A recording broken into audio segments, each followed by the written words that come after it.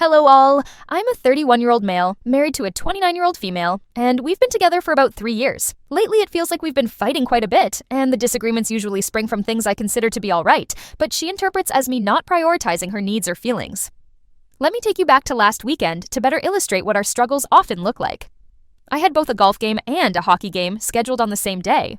It sounded like a nice day filled with activities to me, but apparently not so much for my wife. She seemed all right when I mentioned going golfing that morning, so I felt everything was fine. However, I also had plans for a hockey game in the afternoon. That's when things started to unravel. Now, set the scene here for a moment. This isn't just any random weekend with games. We were also expected to attend one of my buddy's wedding receptions later that evening. Mindful of this, I had initially mentioned to my wife that I might skip the hockey because it would be smarter to grab a nap and help out around the house before the reception. It was important to me that she knew I was still considering her feelings by not overcommitting. I was out on the golf course from about 7:50 a.m. until almost noon. The hockey game was scheduled to start at 1 p.m.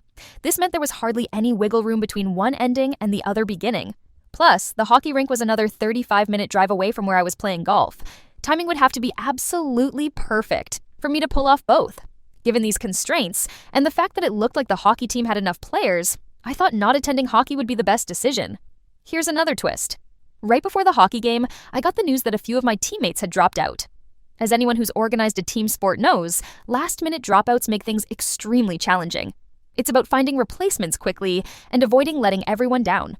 Suddenly, it appeared we only had 7 guys, which is not ideal.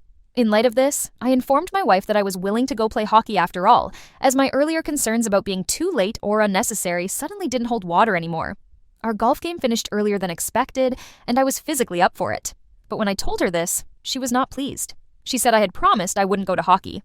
My response was that I didn't promise, but rather suggested I wouldn't go based on earlier conditions that had since changed. The fact was, nothing solidly preventing me from attending now existed. I could go, and frankly, I was needed there given the turnout. Despite my rationale, she became infuriated. To her, it seemed like I was again prioritizing other activities over spending time with her, or possibly assisting with wedding preparations. Imagine the frustration, trying to communicate clear reasons why a decision had to change, while feeling like none of that was landing or considered important. I repeatedly asked her if it was truly all right for me to go play. Her responses were vague and didn't offer any confirmation either way. It felt as though I had to seek her approval for engaging in activities that brought me joy or fulfillment, especially when these involved friends or commitments outside of us too. These bids for permission on my part weren't just about sports, as she'd react similarly whenever I had plans on days she expected me around. This was not an isolated incident, but instead part of an ongoing pattern. I often feel pressured to weigh her approval heavily on decisions regarding my hobbies or social interactions, an expectation that occasionally strains both my personal joys and the dynamic within our marriage. And so, with clarity on who was available for the game and an unexpected opening in my schedule, I ended up going to hockey, back by around 2:30 p.m. But the tension from that morning lingered heavily in the air, and it made the simple joys of playing and returning home somewhat hollow. Still, it was only the beginning of a much longer day where emotions, hidden frustrations, and unspoken words between us escalated where neither of us would have liked. Little did I realize how much more the day held and how deep the issues went. When I decided to join the hockey game after all, I did so because everything seemed to align perfectly. Our golf game finished earlier than expected, leaving me with enough time to make it to hockey. I also knew that my team needed me due to last-minute dropouts. So, against my wife's initial expectations, I put on my hockey gear and made my way to the rink, determined to help my team. However, as soon as I informed my wife of this decision, it was as if I had crossed an unspoken line. She was not happy, and it was clear in her tone and words. She reminded me that she thought I wasn't going to hockey. To her, it felt like a broken promise, a classic case of not putting her needs first. I tried to explain that my initial reluctance to attend hockey was based on earlier assumptions that had since changed. My day had opened up, and my team genuinely needed me. In her eyes, my actions represented a preference for my sports commitments over our relationship. A recurring theme in our discussions has been the feeling of not being prioritized. On that day, she strongly felt I chose my hockey team over her well-being or our shared responsibilities. Despite our back and forth, frustration mounted. With every attempt I made to reconcile, seeking even the smallest nod of approval before leaving, it always felt like I was asking for permission to pursue my own hobbies. As the years have gone by, our dialogue seems to repeat itself whenever scheduling involves anything other than her expectations. So there it was. My attempt to communicate led to tinges of annoyance, transforming into a cycle of feeling like I'm not being understood. She did not explicitly tell me to skip hockey. Her silence and cryptic responses left me guessing and contributed to a bubbling wave of tension. It was like walking a tightrope, trying to balance what I wanted with trying to read between the lines of her unspoken thoughts. Despite knowing that the hockey game was urgent, her disappointment weighed heavily as I played. Afterward, back home by mid-afternoon, the strain lingered longer than fatigue. We hadn't even begun preparing for the wedding reception that evening, yet an air of resentment already colored our interactions. I sensed her disapproval, heard her heavy sighs, and felt the frostiness. It was never directly about the game or the nap before the wedding. It was a deeper message of her feeling sidelined by my choices when they don't involve her crucial presence or consent. The evening wore on with an underlying iciness accompanying us to the reception. I knew it was another chapter in our pattern of unresolved cycle of emotions.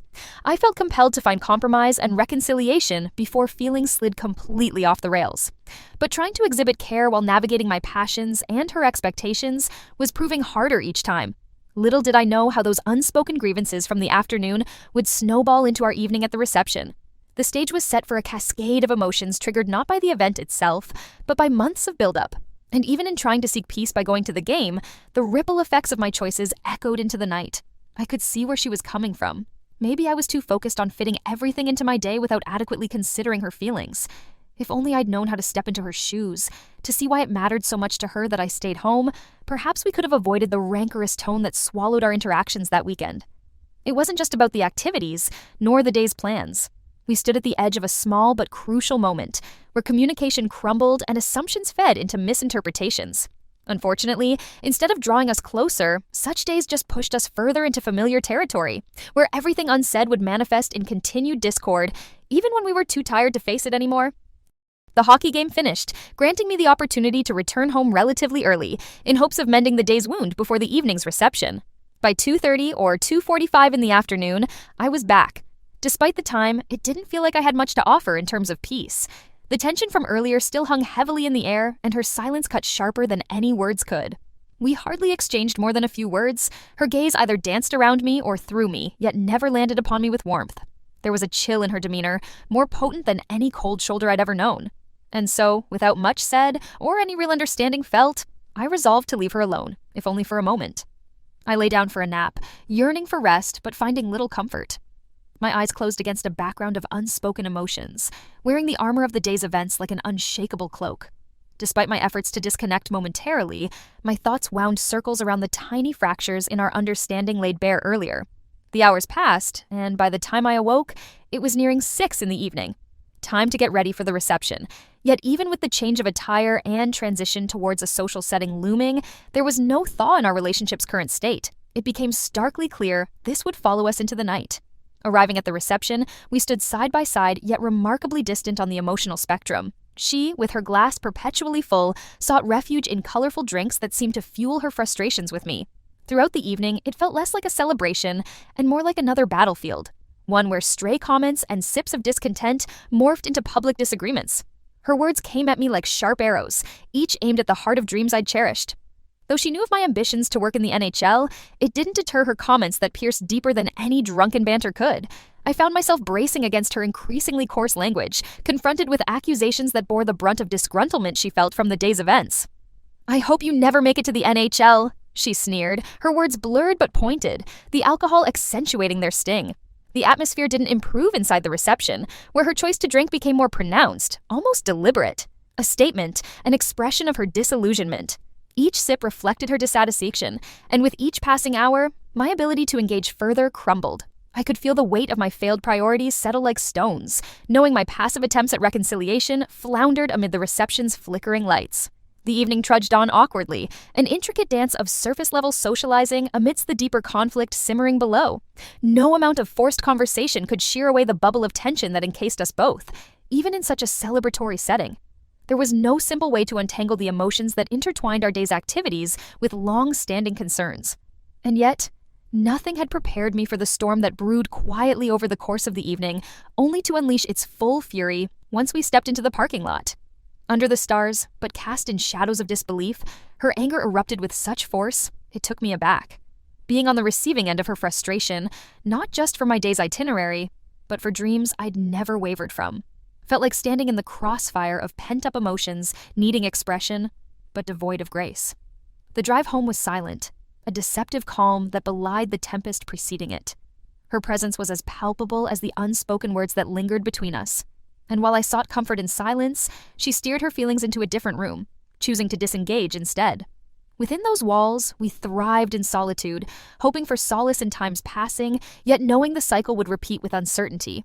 That night, no victory was claimed, only the distance seemingly widening between us, a stark reminder of our communication's brittle state. Further compounding the tension was the utter loss I had been grappling with. My mother passed away in November 2023, a sudden and jarring departure due to unforeseen health complications that blindsided us all. Her absence is a void that I wrestle with daily, and it's a struggle to find footing in a world that has tilted off its axis without her warm presence guiding me. Every day since has felt like I'm wading through an unfamiliar landscape while trying to grasp the remnants of normalcy that slip away with every step. That painful narrative of loss unfolded once more that evening, cruelly juxtaposed by the present turmoil with my wife. She was relentless, her intoxicated anger lashing out in ways that seemed intent on deepening the very sorrow I was still struggling to comprehend. As if to twist the knife that was already lodged so firmly within me, she targeted my grief, an aspect of my life she understood the devastation of all too well.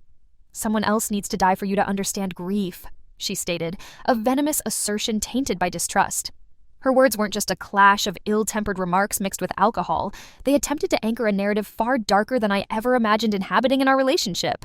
The basis of her accusation? Some friends of mine, friends who just happened to be women whom I've known since junior high school, relationships that were as innocent as they were old.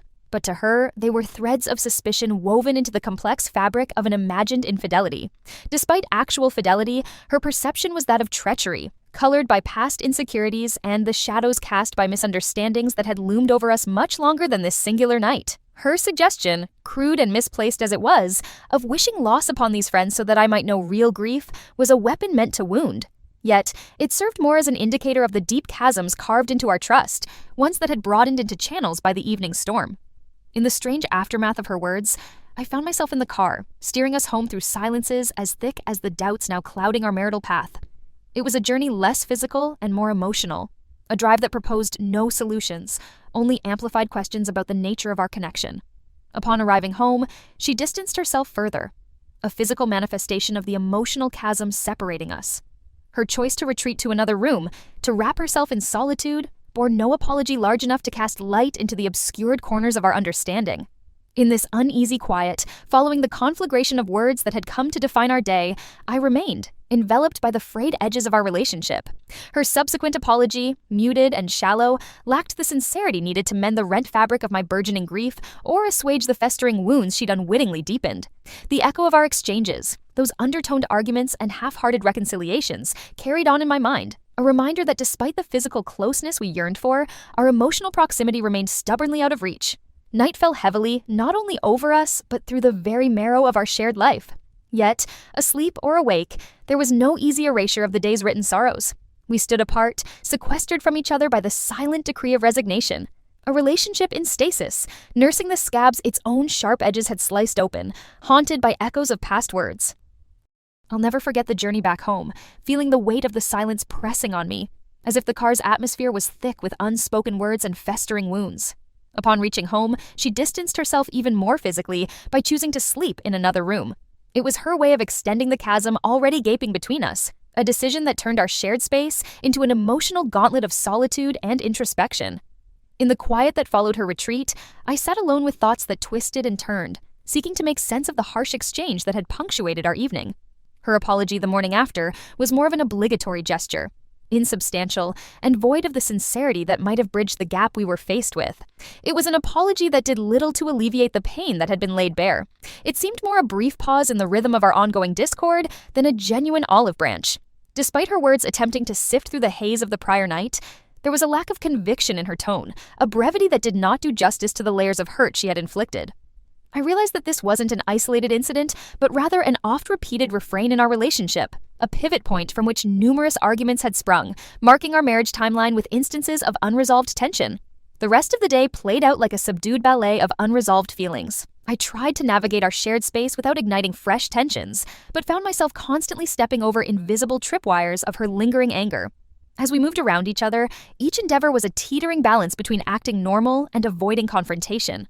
I thought, perhaps, in moving forward, a reconciliation might spring from the accumulated silence, offering a new beginning. Yet, the hanging atmosphere continued, reminding me quietly that without genuine amends, the shadows of our disputes remained ingrained in the pathways of our fragile relationship. I honestly have years of similar stories with my wife, a collection of moments that paint a vivid picture of our tumultuous journey together. These experiences are not only entrenched in my memory, but documented in photos, videos, and voice notes, a sort of evidence of our repeated misunderstandings and emotional skirmishes. As I recount these incidents, I can't help but question the way we've conducted our marriage. In the quiet aftermath of our recent altercation, the idea of perpetuating this cycle seems both exhausting and daunting. I find myself standing at a crossroads, confronted by dual paths, one leading deeper into the comfort of what I've known, despite its many pitfalls, and the other daring me to imagine a life different from the one I've settled into. I'm wrestling with a profound question that tugs at the heart of my existence. Is this the kind of relationship I want moving forward? I wonder if I'm being fair to myself, or if I'm merely fulfilling a role society often imposes on men, to absorb emotional turbulence in silence and press on without complaint. Am I just embodying the typical male stereotype, claiming the victim card, or is there genuine merit to the emotional toll I've been enduring? These thoughts plague me as I search for clarity within the murkiness of our shared experiences. I'm left contemplating whether facing more clashes without resolution is something I'm willing, or even able, to withstand. Our exchanges continue to echo in my mind, raising a poignant inner dialogue about whether our love, once a hopeful and bright prospect, has turned into a cycle that's now inescapable.